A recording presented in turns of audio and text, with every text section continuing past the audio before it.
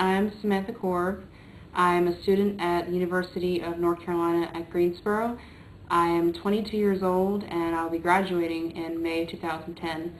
I want to talk today a little bit about my experiences about being out in K-12 schools in North Carolina. I came out when I was 12 years old in middle school, and that was a lot of fun. I'm being sarcastic. Anyways, I told a friend of mine that I had a crush on this girl, and I really confided in her. And she seemed okay with it at first until the next day when all of our group of friends asked me, "Are you gay? Are you lesbian?" And so from that day on until I switched middle schools, I really heard the words dyke, lesbian, lesbo, all different kinds of slangs in the halls. And I thought maybe in the classroom it'd be a bit different, but it wasn't. I remember hearing it in the classroom as well, and the teachers heard it but did nothing to stop it. And I knew then that I had no support from the school or the administration.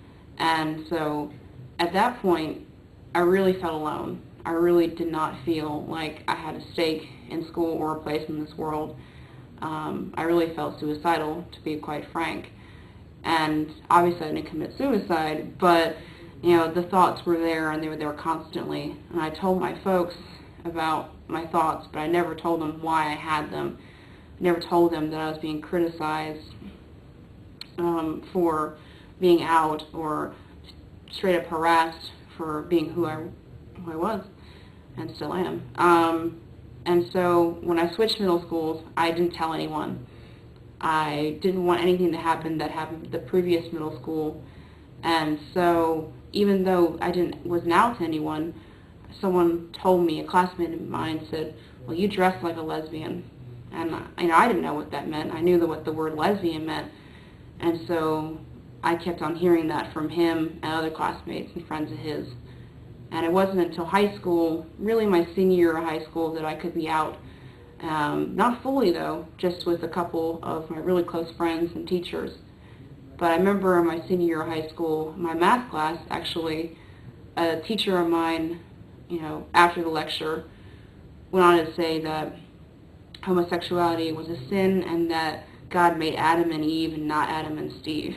And so at that point I was really silenced because the classmates were agreeing with him. And there was no support from the administration, nothing to do anything about it. And so it wasn't until I came to UNCG that I felt okay with who I was and being out and proud about it. And frankly, my story is not singular. It happens all the time. Many students, GLBT students, feel that they cannot be who they are. They feel threatened. They feel harassed. They think suicide is the only option, or dropping out of school even, for their sexual orientation, gender identity, or expression. So when the School Violence Prevention Act was introduced in the General Assembly in 2007, I was really happy to see it introduced.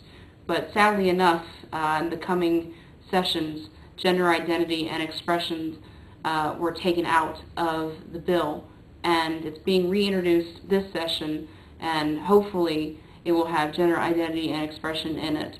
And I really feel that it needs to be in there for all of our students in North Carolina, not just for some.